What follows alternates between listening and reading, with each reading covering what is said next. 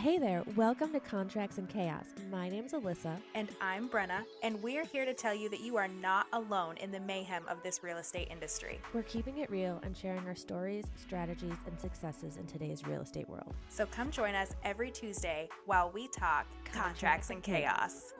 Yes, it is Tuesday, so we are back with another episode. I realize that we really don't do very well in our introduction. No, we don't. We need aspect. We really dive into the meat and potatoes, Alyssa. No fluff. No, well, I no feel fluff like and no cheering. That's our personality. We're like, I don't have time for fluff. Give me A, B, C, D, E. No.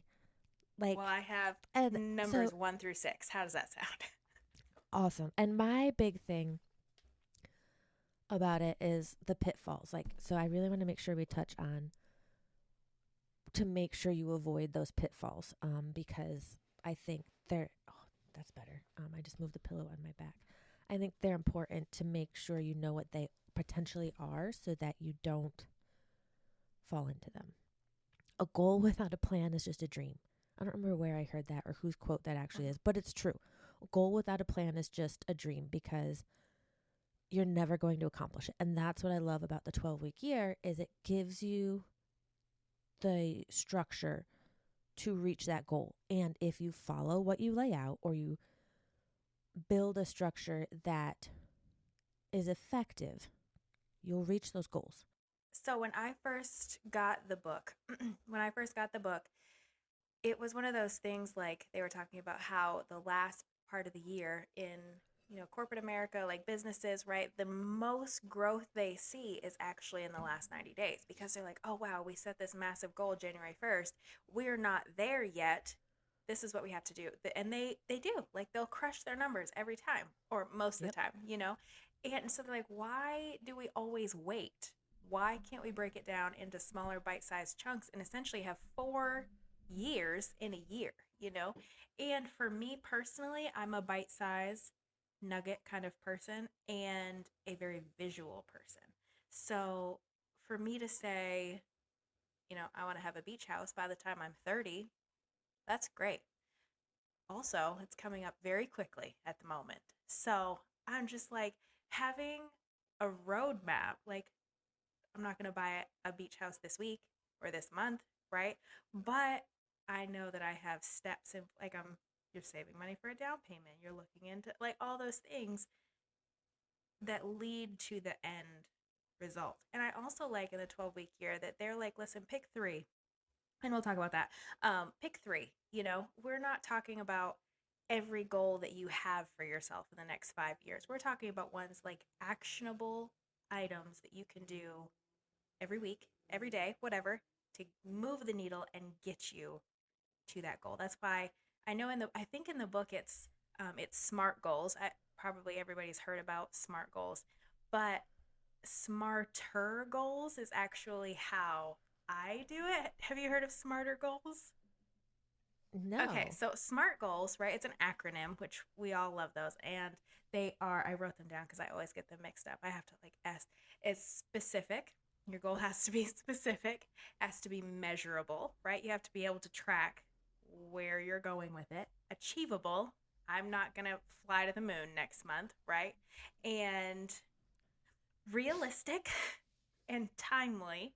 That's your SMART goal, right? Smarter goals, the E and the R, evaluated and rewarded. So at the end of each, at the end of each week or at the end of whenever you check in with yourself and your goals on your 12-week year, you're going to evaluate your system, what you're working on, what those action items look like for you right now, what's working, what's not working, what we can change, right? Because it's just like a couple episodes we talked about the CRM, right? Or time blocking.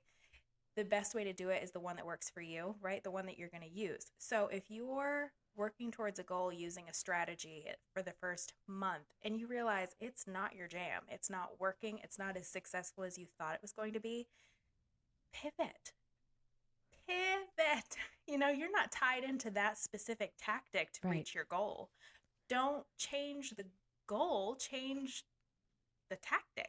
So if you're evaluating throughout that 12 weeks, you can make those little minor adjustments to keep moving forward instead of just like, we'll pick it up in quarter two, right? We'll figure it out in quarter two.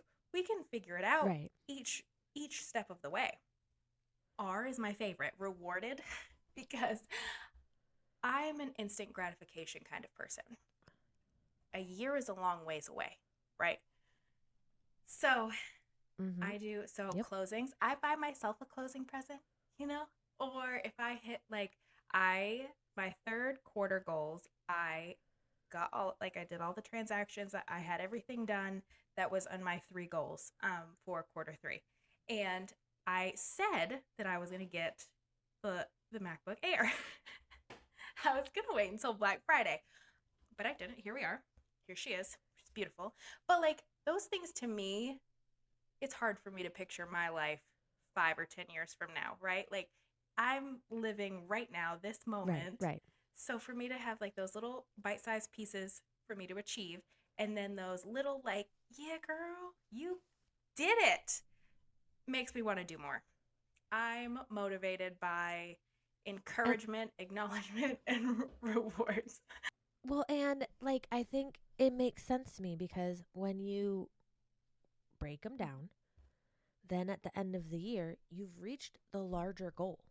Like, so you're still doing the big things. If you think about it, like, this is so weird, What? but this is the only analogy that's coming to mind. If you think about it like Joey Chestnut, do you know who Joey Chestnut is? Yes. So, Joey Chestnut is a competitive eater, right? And he wins the Coney Island 4th of July thing every year. Mm-hmm. So, if you think about it like Joey Chestnut, he doesn't just show up every 4th of July and eat 100 hot dogs. That's not, it doesn't work that way. He also that day doesn't just shove 100 hot dogs in his mouth at once. Like it's one hot dog at a Mm-hmm. time. And throughout the year, he practices with different foods, different things, different amounts, quantities to get there. But he has that big annual goal to win the hot dog eating contest. So it's the same thing applied to your personal goals or your professional goals. We have this big one. Let's break it down and we will get to that big one. I'm breaking it down into smaller chunks. And that's what the 12-week year does. Yes, it does. Like it makes it consumable so that you're not overwhelmed or not getting to the end of your year going, oh God. Okay, because I hate, and I have seen so many agents do this in the last couple weeks. I can't wait to hear what this is. It makes it so you're not getting to December or November. Because let's be honest, if you get any new business right now, today's November 14th. And so if you don't have something under contract right now, let's be honest, you're not closing by the end of the year. Anything from here going forward is probably going to be 2024 business, which is fine. But what I cannot stand is you see these agents, and I don't know what it looks like in the background of their life. I don't know what happened so that they aren't at that goal this year.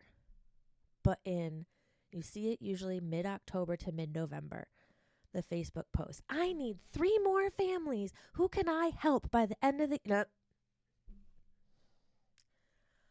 One, it's disgusting. You're begging for business, in my opinion. I can't stand it. Like, if you haven't nurtured that relationship, But two, like, it goes back to your example, like, that's in the book, that in corporate America, people suddenly panic and go, oh God, like when I worked in cell towers, it was, oh, we're 3 cell or however many off. We got to get it done. And we start, rushing because I'll be honest, in telecom business, if it's not done by Thanksgiving, It doesn't get it's done. not getting done Yeah. because like the world shuts down. But I hate that. So what I like about this is it breaks it down. And so every quarter, you've probably done the same thing. Like my April to July was I wanted 4 closings. Now I'm going to look this way because this is where my list of closings is. One, I had 2, but other months I made up for, or I at least had people under contract that maybe pushed it to an August closing because that's what happened. I'm looking at So this. I'm like, yep, that's my hard part is just being like, I see it, right? And it's under contract. And then last year, there was one of them that it got delayed twice, right? And it pushed it outside of that 90-day window that I had set for myself. And I was so upset because I would have gotten, but you know what I mean? That's where a little bit of grace, especially in this industry that we work in, Right. comes into play for all of us. Oh, for sure. For sure. Because, like, I look at mine and my overall goal for this year was I wanted a certain number of closings. I'll throw it out there. I wanted 12. I've never had 12 closings before, as I built this business. I also broke mine down by financials. Mm-hmm. So I wanted to hit a certain financial number, and I've done that. So again, give yourself some grace. Just because you didn't hit your goal one way doesn't mean you're not going to hit it another, or that just because that closing got pushed to day 91, count it, like, give yourself the grace. You still closed it. You still achieved it, and you still pushed towards it. Maybe because there's something out of your control, like your delayed closing was nothing you could control, right? Right. You still did the things and got it done. It just took a little longer than expected. Right, right. So let's dig in a little bit as far as like the setup of 12-week year, because I don't think that we're going to have another episode on this until the beginning of the year. As far as like, and I don't know if we'll do it what our goals are, because mine aren't done yet. So I can be honest there. I don't know what my first quarter is going Mine to are not. look like. But as far as the step-by-step process for people to think about in the next couple of weeks, we can kind of break that down, at least how each of us do it. The first thing that you need to do is, of course, have that long-term vision, right? So talking about the beach house from like 5 years ago, but you need to be able to see. I'm not telling you to tell me what you want when you're retired, when you're 65, and you know what I mean.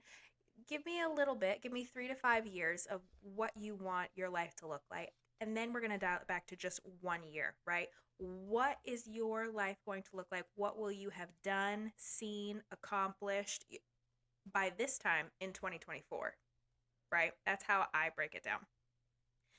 And then at that point, we take that 1 year section. Right. And then within each of those 12-week chunks, so you set out your goals, um, usually two or three, depending. I mean, you can have more if you want.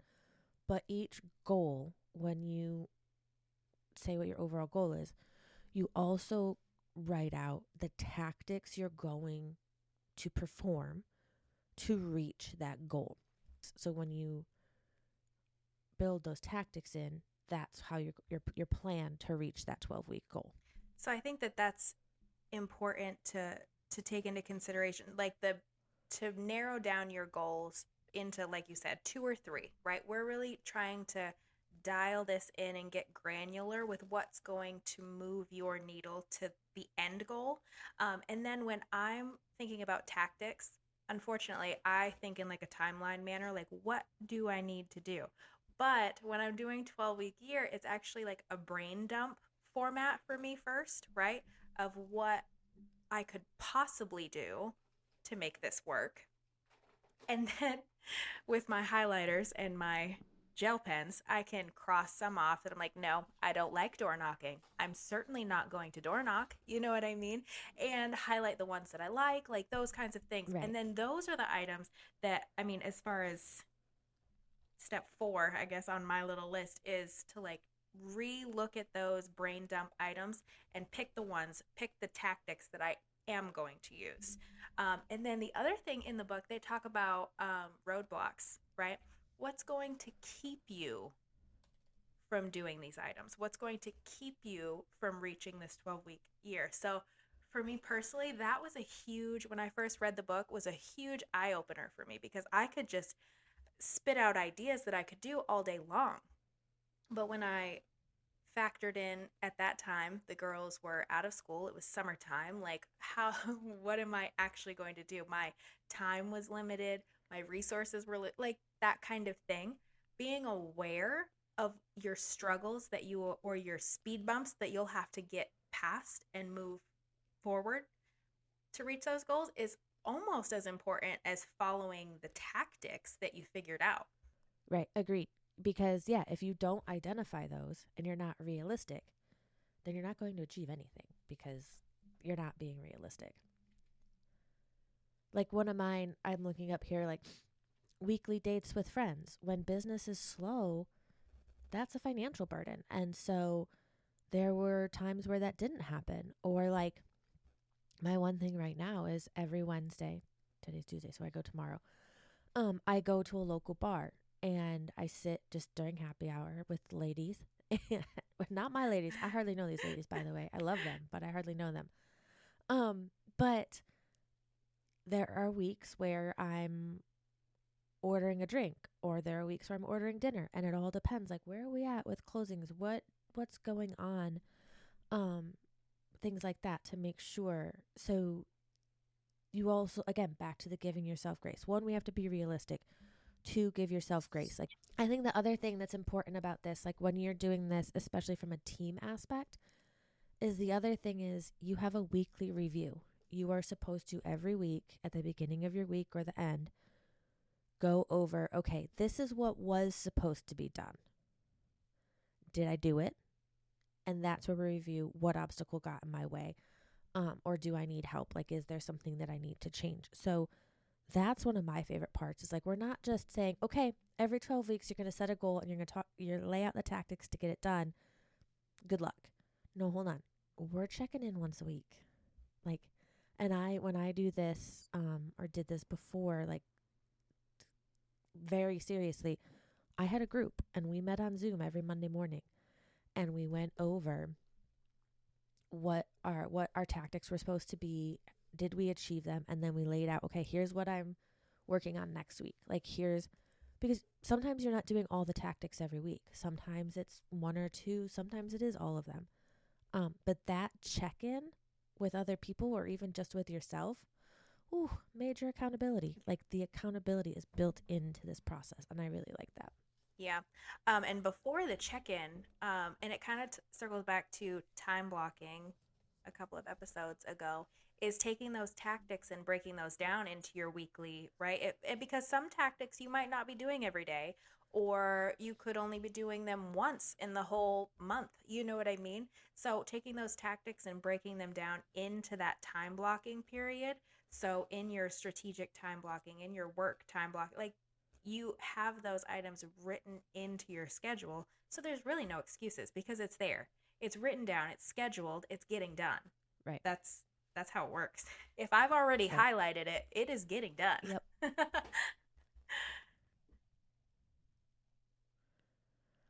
Yes, for sure. And I like that it helps you. I think we kind of covered this, but identify your pitfalls.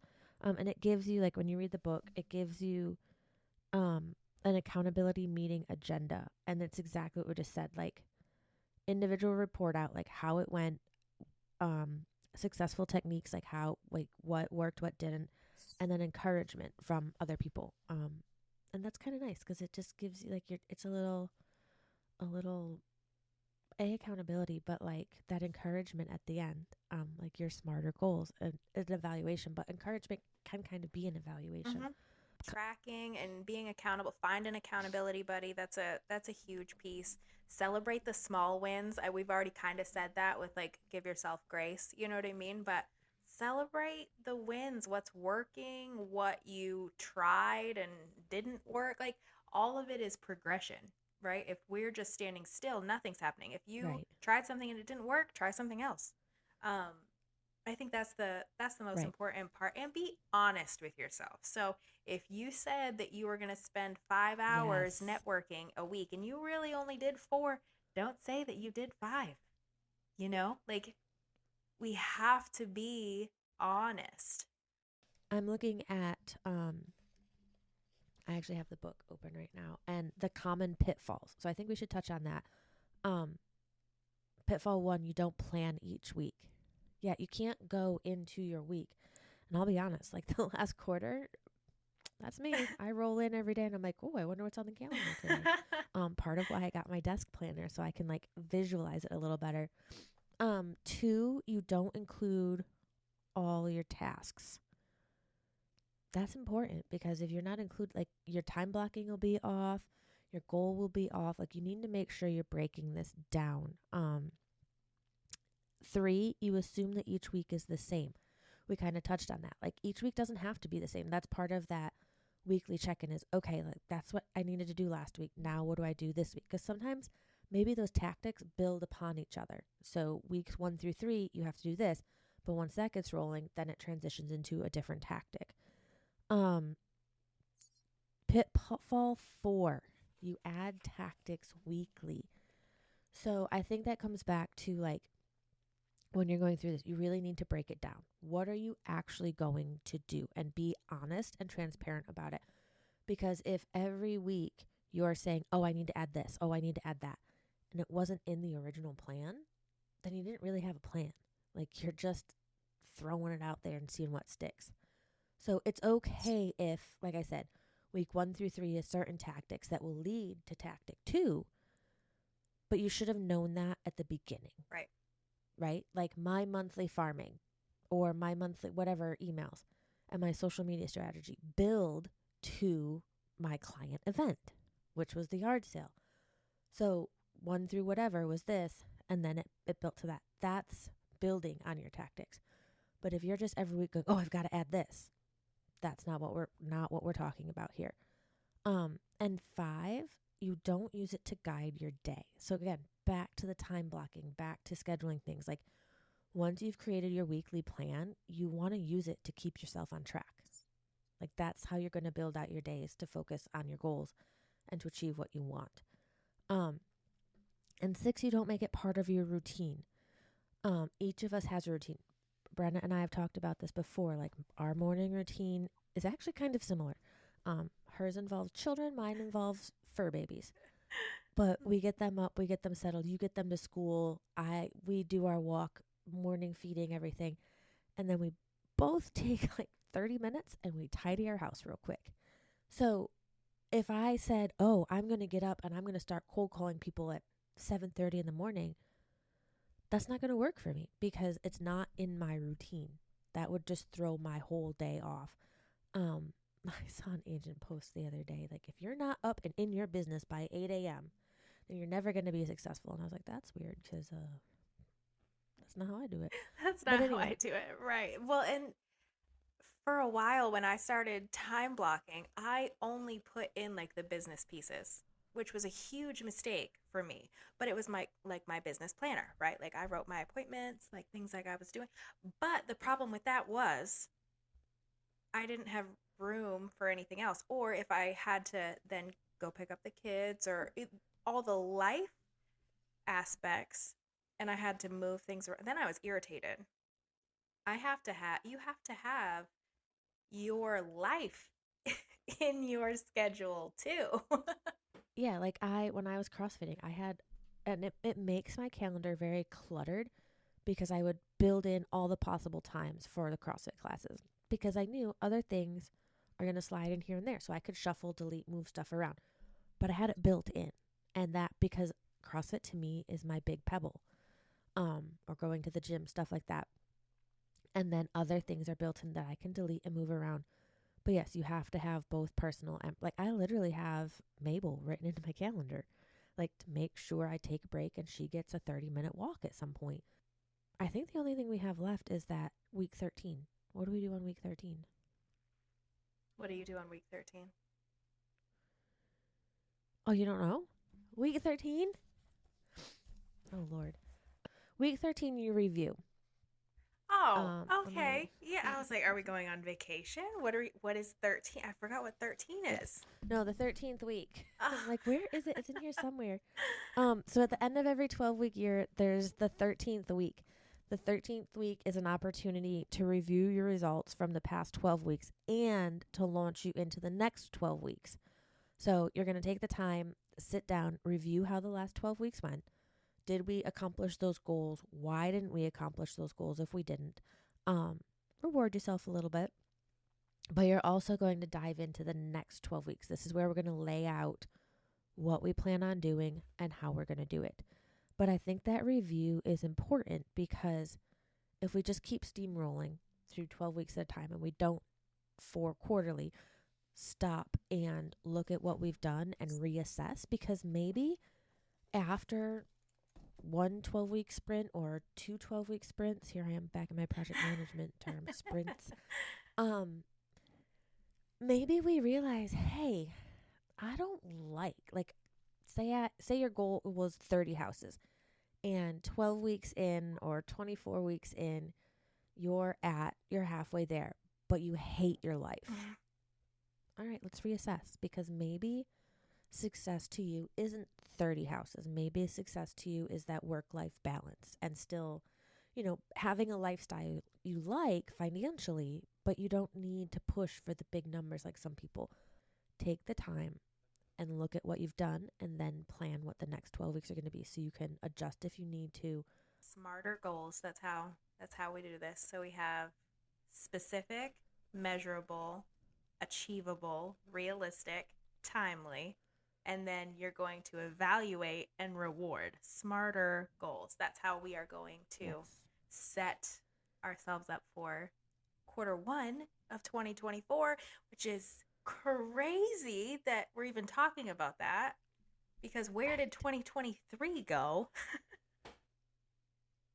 I don't know. I'm still like in summer mode. I'm still wearing my Birkenstocks everywhere, and then I wonder why I'm freezing. Yeah, no, it's insane. But I think that this will be good. I'm excited to finish up my goal planning for quarter one. It's going to be I think my goals are going to look very different than they did quarter one of last year. So I'm excited because as a person, year to year or quarter to quarter, you grow, right? And things change and evolve. Right. And like, I don't know. I'm excited. So can't wait to see how that goes. And then we'll check in. I don't know if we'll do a check in at the beginning of the year with our goals and then accountability at the end of the first 12, but we'll figure something out. Yeah, for sure. For sure. I think we can build on this episode and just be like, hey, here's how we're structuring ours. And then check in now and then, talk about how our tactics are going, things like that. Because this podcast is about being transparent and showing you, like, here's what it's like to build this business and be at the point we're at. So yeah, for sure. Faux show. Cool. Well, I guess we'll see you next week then.